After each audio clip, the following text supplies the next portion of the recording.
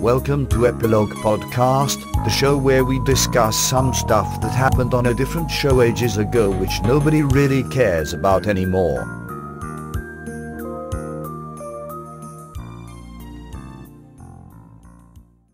Hi, I'm Portponky. And I'm LeBloc. Today we're discussing Deep Space Nine, Season 2, Episode 7, Rules of Acquisition. In this episode, Zek asks Quark to negotiate a deal in the Gamma Quadrant and establish a Ferengi presence there. Quark recruits the help of Pel, who hides the fact she is a woman to avoid sexist discrimination. What did you think of this one? Well, just as the last episode solved all prejudice towards people who are disabled, this episode solved sexism. Yeah, what's the next global problem they'll solve?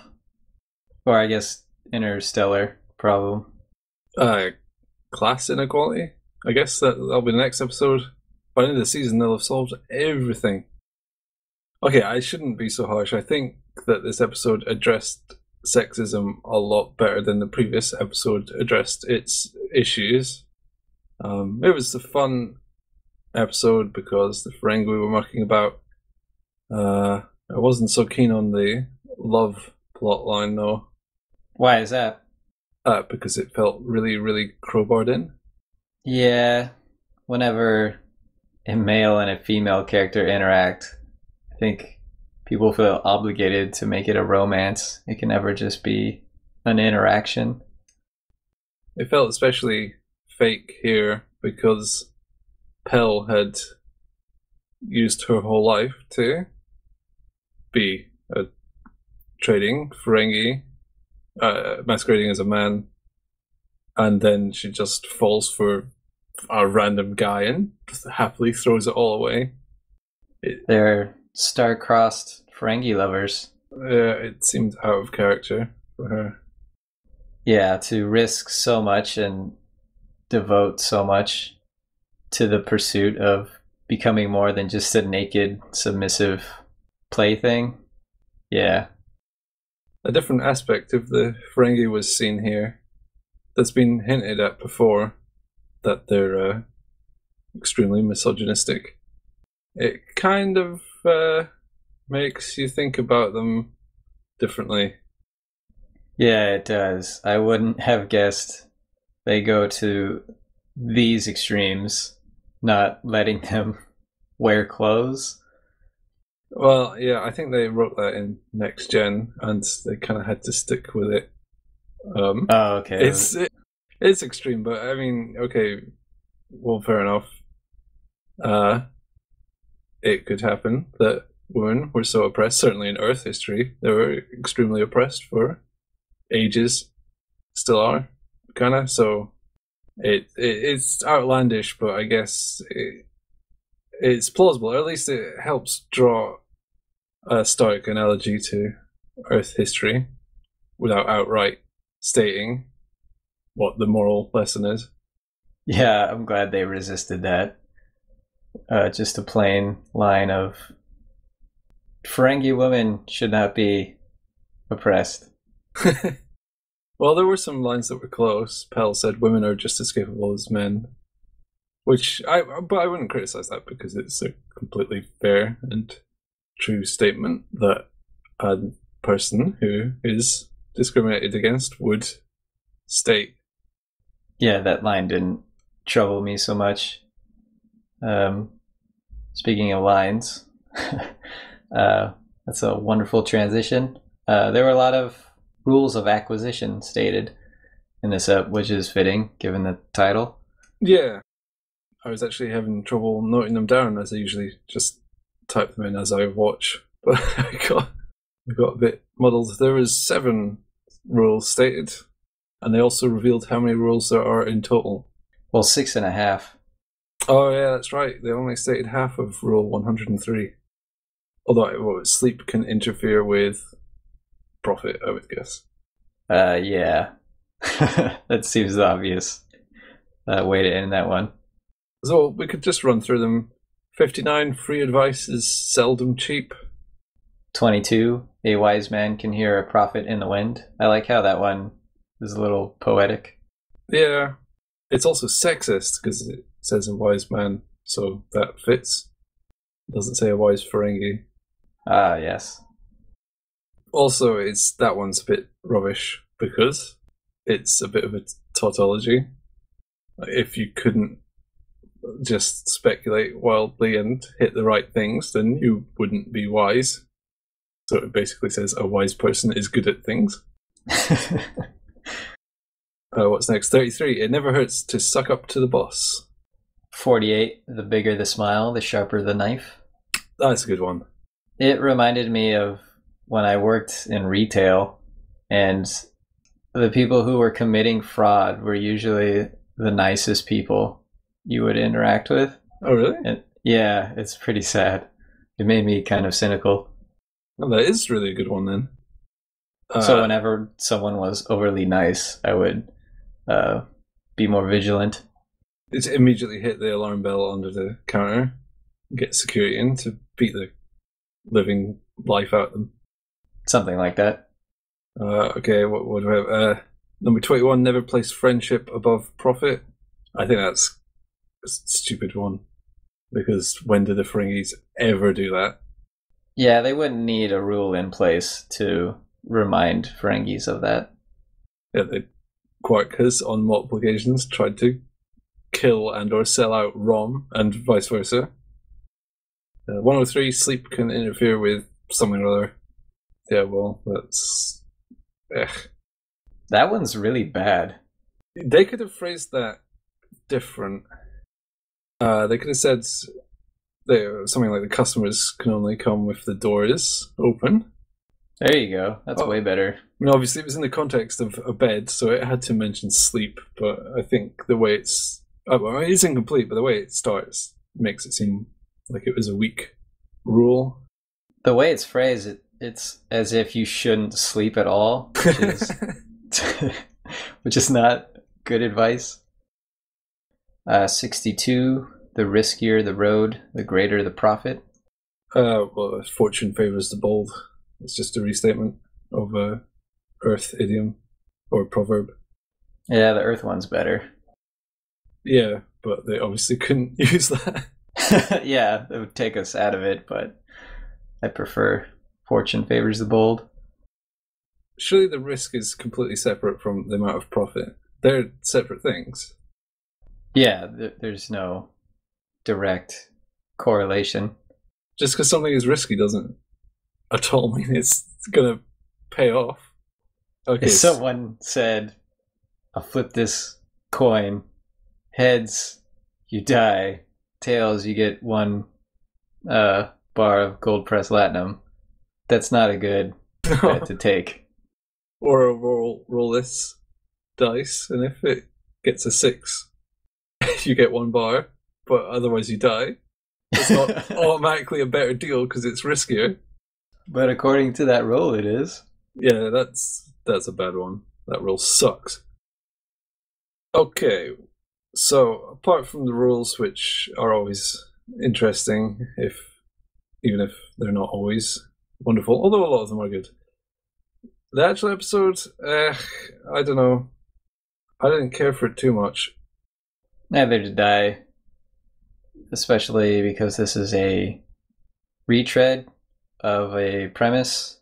Nagus comes in, manipulates Quark, and it's annoying that Quark went along without questioning it at all. But maybe he was blinded by profit, which would make sense. He's always starstruck with the Nagus. I like the Nagus. He's disgusting and his voice is a lot of fun. Appropriately matched to his disgusting physique face. There's a bit at the end when Pell is revealed to be a woman and they agree to cover it up, and Zek walks out, and as he walks past Pell, he goes, "Shame on you!" I've always said you were a bright fellow, Quark.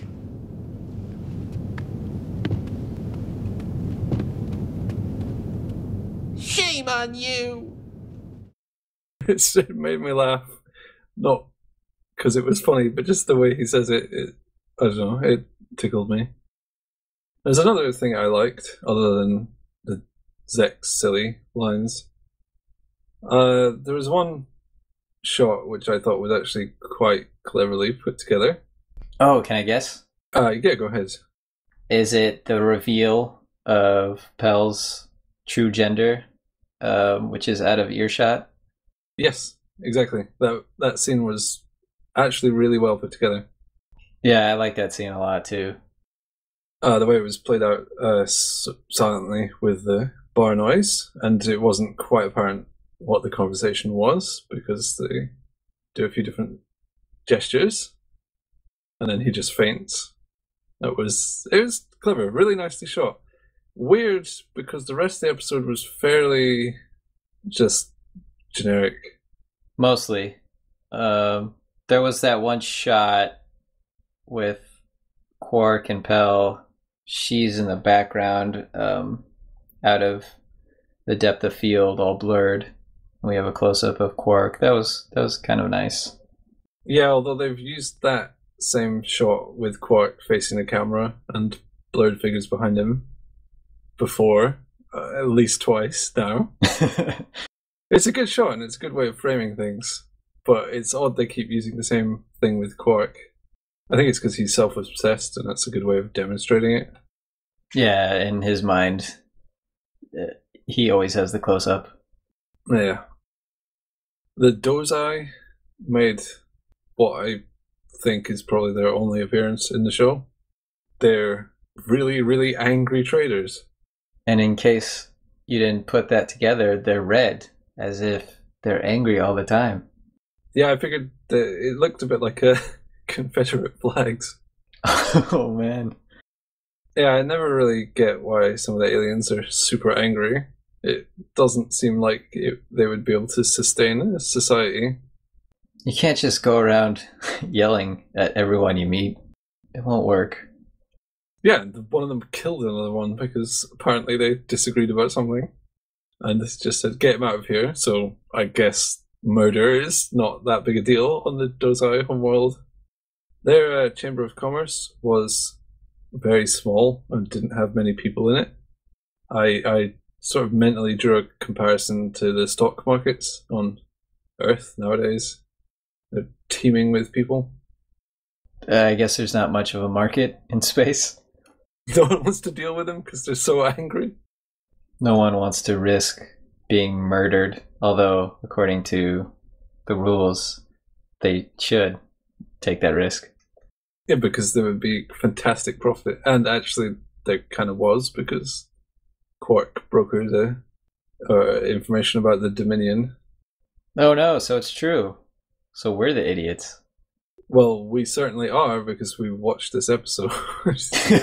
It wasn't that bad. It was just... Well, you were talking before about the Bechdel test. Yeah. This seemed like it would pass it well, but as soon as Dax and Pel started chatting, it just nosedived. Yeah, it's always Dax. Flames. It's always Dax's fault. Yeah, she's the anti-Bechdel character. Yeah, so far. Well, that's kind of makes sense, because I can't imagine Kira would talk about Quark. Right. In a way, too, it makes sense that the Trill would be obsessed with gossip. She's been around for a long time. She just wants to hear about the random goings on of people. Yeah, it's new stuff. She won't be impressed by anti-gravity chambers, so she has to hear the latest gossip. No, she's been around so long that she was alive before gravity was invented. She was also playing Tongo at the start, another bizarre game that looks like a mix between roulette and bridge or something. I missed hearing the familiar sound of Quark's bar. You did? From that, the typical game they play. It always has that same sound. Oh, the beeping sound of the Dabo table. But not here. Yeah, now there's two gambling games. There's Dabo and Tongo. And neither of them make much sense. I never understand in these games that they introduce, it always seems really winnable, whereas most gambling games are fairly randomized or have a large element of, like a large human element, like poker. A lot of it is about how you act rather than how you play. Yeah. I was confused by Quark's participation. He should know better than any of them that his games are rigged or heavily in favor of the house, as with any gambling game. Yeah, the house always wins. So, I don't know why he was playing. It's a risky road. Therefore profitable. Ugh. He would be an idiot not to play. He's compelled to play because otherwise he would be asleep. Then he'd be missing out doubly. Did you get an uncomfortable feeling from the whole Pell and Quark storyline? I wanted them to explore gender identity more, because I got the sense that Quark was developing feelings for her before he knew she is a she. And so what does that mean for Quark? I'm sure that's not allowed for Ferengis, but they never addressed that. But overall, it was, pretty uncomfortable. Yeah, I felt it was just awkward and a bit tasteless. And yeah, you're right, the whole thing was hetero-stomped. Although, credit to Dex, she said that Pell was developing feelings for Quark, and Dex was fine with Pell presumably being gay, because she was then surprised to find out Pell was a woman. Oh, right. That was a moment I did like in this episode. How she took that in stride and didn't find that strange at all. Well, yeah, absolutely unfazed. Which makes sense because, in a way, being homosexual is kind of mundane when you have aliens shacking up with other aliens that are completely different species. And she's been both male and female several times. So that makes sense. I mean, in the 24th century, one would hope that society has gotten over the issue with people being different. So it was good to see that she didn't care. But then the rest of the plot line just, made it into one big hetero send-up that, I don't know, was just awkward. I also like when Quark sticks his neck out for people, as he did here when Pell is threatened with jail time. Well, Quark was also threatened with jail time.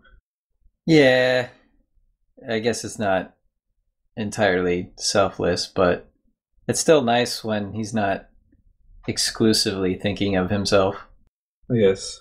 It was nice when he spun it round to Zek and said, well, you're equally culpable. And a very human reaction would have been to sort of get a bit of a rage on. But Zek just said, I see your point. It was very diplomatic. It fitted his Ferenginess. Made his lobes tingle. Don't talk about the Negus' lobes. They're disgusting. They were being groomed. Yes, they were. Thanks for reminding me. How could you forget with that gratuitous close-up? No, it's good that they make the Ferengi visually unpleasant, because aliens might not be that pleasant to look at for a human. When a lot of the ones on Star Trek are kind of pretty by human standards, and it's nice that they made Ferengi not. Although it's bad that they made the ones that aren't pretty into the ones that are also quite poor in character as well.